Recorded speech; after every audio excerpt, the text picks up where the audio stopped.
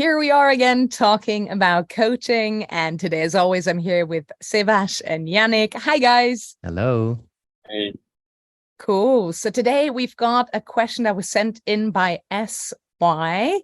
I'm going to read out the question. I feel like a fraud sometimes when I'm coaching others on topics that I personally struggle with. I know my coachees are the expert of their own life and I am not a mentor, but can't help feeling a little ashamed/fear of being judged when I am not at a flourishing, thriving state. Yeah. It immediately resonated when I saw it because there's a particular area that I feel uncomfortable coaching people on, which is dieting and exercise.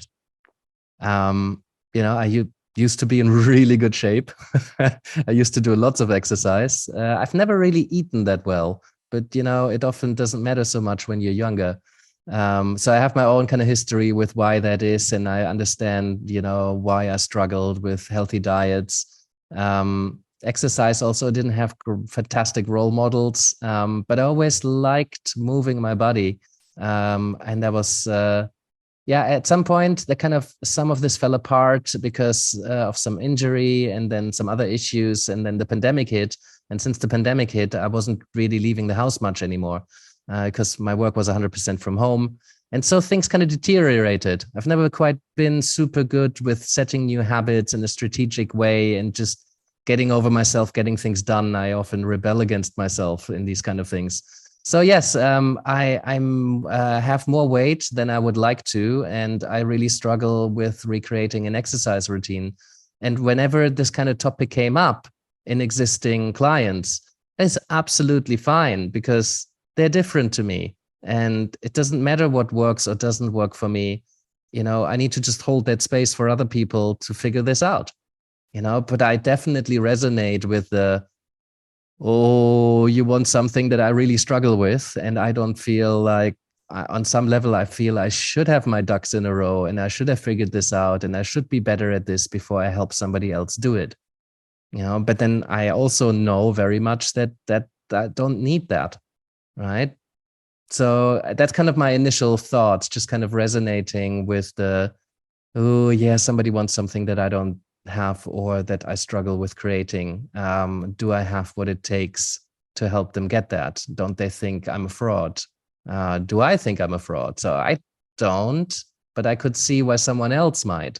The question often is offered that, well, if you go to some support to lose weight or exercise, who would you rather pick? A coach who's, in tip-top shape or a coach who's a bit overweight? So I see why there's a sense of trust that doesn't quite start off on the right foot. So I get it that, some coaches want to at least appear to have all their ducks in a row. But man, everybody comes with stuff. And most of the time, the reasons why this person doesn't have their ducks in a row on this particular thing, it probably doesn't really matter to that person that's asking them. That was really interesting to listen to hear how you kind of relate to that situation. And as I was kind of like thinking about, my own experience with that, it felt like what came up was quite different. It made me think of what we just finished another episode on. We were just talking about kind of lots of coaches reading a lot of kind of self-help books. And Sevash kind of shared how he saw it, that it's a tendency to maybe want to gain more expertise so that we can help our clients. And I was thinking like, yeah, that's probably part of it too. But actually, I think I enjoy those books because a part of me feels that as a life coach, I owe it to my clients to kind of be as perfect as possible in myself, which relates back to this subject because, for example, procrastination is an interesting one and one I personally struggle with, but it's a topic that often comes up from clients who come to coach with me. The interesting thing is because I'm so conscious of my own procrastination, I'll have read a lot of self-help books on it. And ironically, though I still struggle with the procrastination, I have a lot of hopefully useful information to share with my clients on their issue. At least I have that information in the background of my mind when they're talking to me about it and can draw upon it.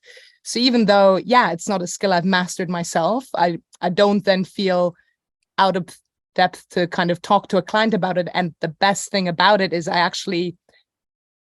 I can recognize that though it's a weakness in me, they don't necessarily share that weakness and might be more resourceful than me in overcoming it. So then being able to actually even share their learning or gain or both kind of contribute to the conversation in learning together is quite cool. So I don't know, I just thought that's quite a different experience to what you were sharing, Yannick.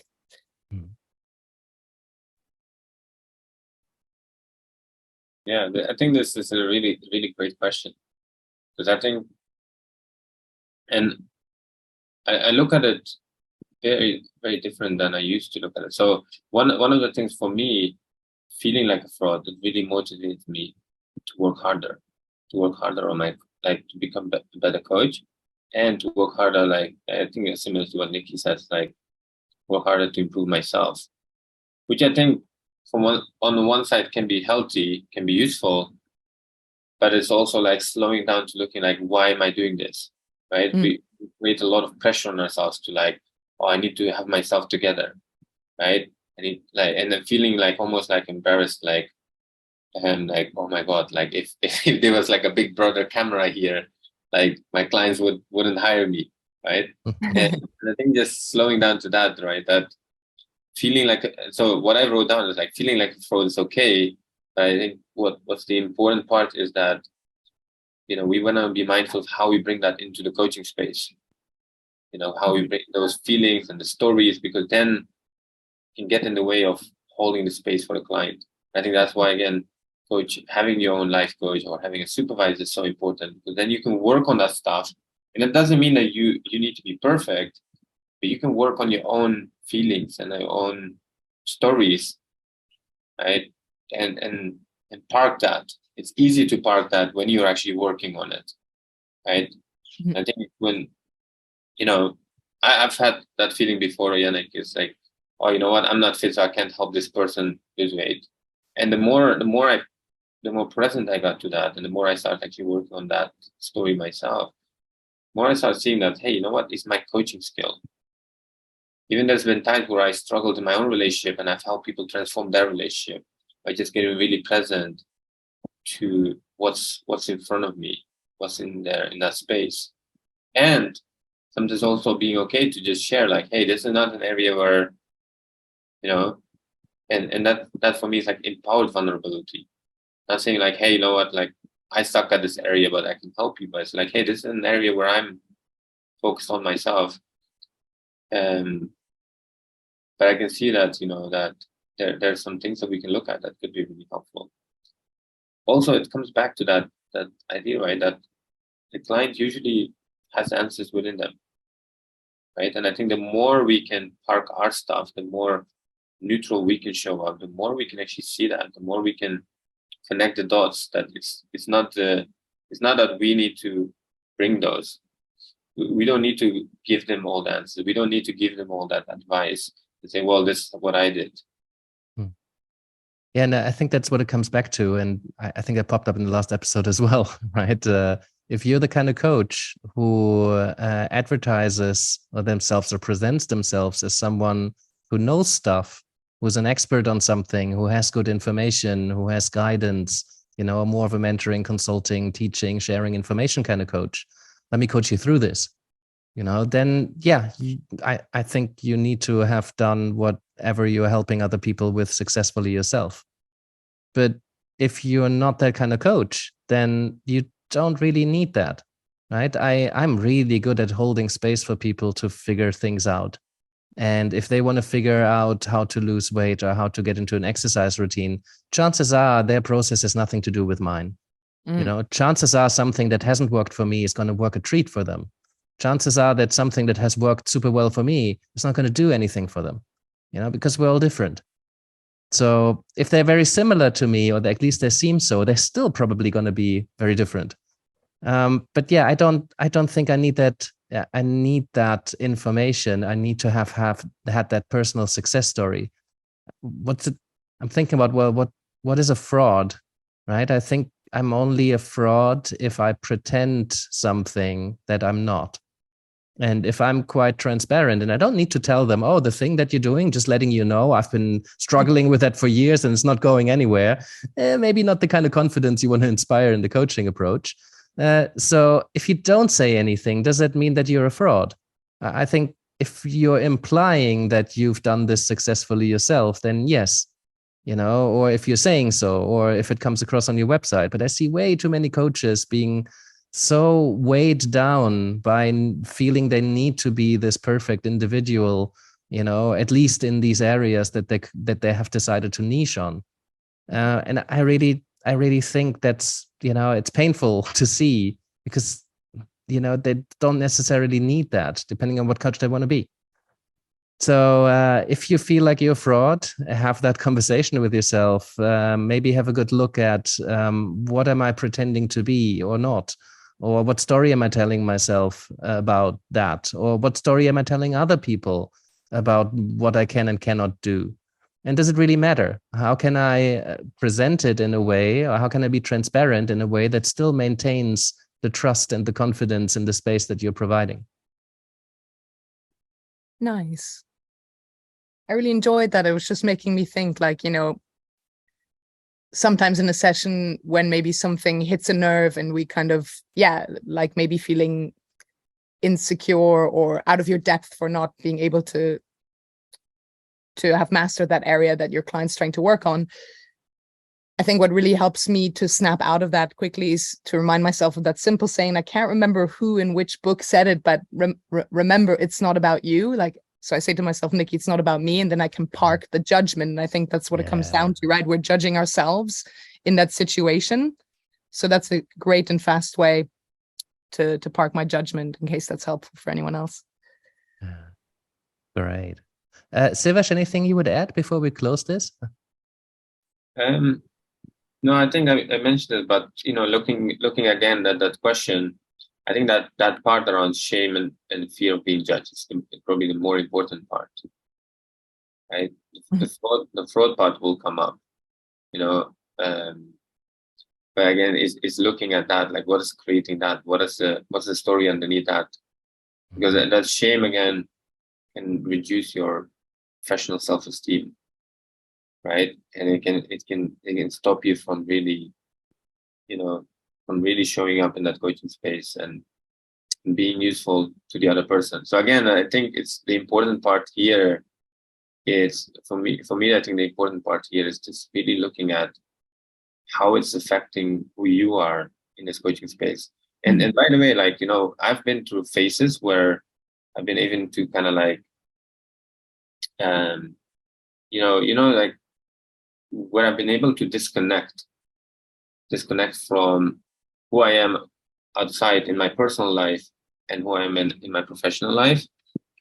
And, and I think that's another thing that, I'm not saying like we don't want to do this all the time, of course, because then it can become unhealthy, right? But I think that's another thing that as coaches we can learn from. Like we can look at, you look at a dentist. A dentist can have like a big fight, with a partner, and then still go to the job and do the job, right? And I think one of the things that we do a lot as coaches is, we just like, sometimes I think there's, as coaches, what we do is we find it hard to like lean into being the professional coach. And I don't know if that's making sense, but it's just, sometimes I think we just need to like look at, okay, you know what? I'm putting my professional hat on, right? Like Nikki said, it's not about me. I'm showing up in this space, like in the next few hours. This is my work. I'm here for my clients. And of course, like we don't want to just we want to completely disconnect that. That's where we want to go to our supervisor. We want to go to our coach, right? And actually say like, hey, this is what's been coming up. Right? Leave your shit at the door. Yeah, I think it's finding that balance, right? That you got you got some emotions coming up, you got some of that feeling coming up. Show up, because that's, I think, like it has that positive effect, right? You see, like, hey, you know what? Yeah, I just had like shit coming up in my life, but I just had this most amazing session with my client. Yeah. I was able to just park that and just be really present. Now let's go back and take care of that.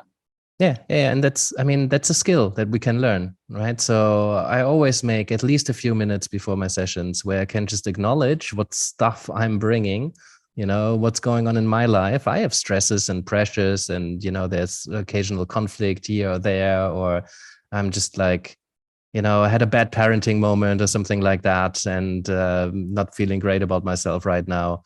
But then just take all of that stuff, put it in your box, put the box in the corner, acknowledge that it's there, and that in some way it probably will find its way into the session if you allow it, and then, if I find myself in the session, get feeling something, I can then make a decision.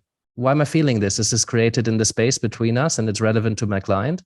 Or is this stuff that's going on in my life right now that I decided to leave at the door, as best as I can? And if I'm getting annoyed or impatient because, they're just reminding me of how my wife argued a point earlier, then, that I'm going to put that back in my box and I can really be present with this client.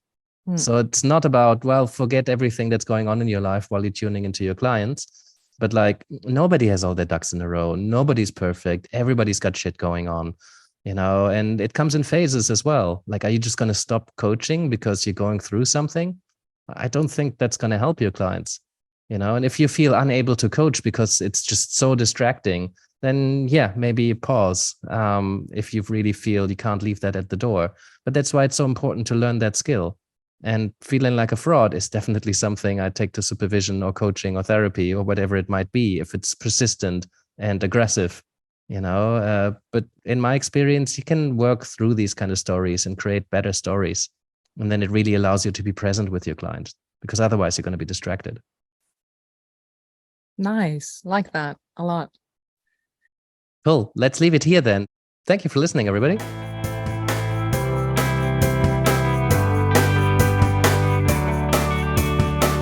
you for being with us today. I appreciate your commitment to learning and growing as a coach. Just a few things before you go. First of all, we're doing this for you. So if there's anything you'd like us to talk about, do send us a question. Secondly, we're not doing this for profit, so we rely on your support to help us reach as many coaches as we can. So if you can send this episode to a friend or tell a fellow coach about what we're doing here, maybe you can subscribe or leave us a review, or even support us on Patreon. That would be amazing. And lastly, you can find us across all major platforms. So whether you like to watch or you like to listen or you like to download episodes and listen to it in your car while you're driving through somewhere with no internet, you can do so too. And that's it from us. Thank you, and I hope to see you next time.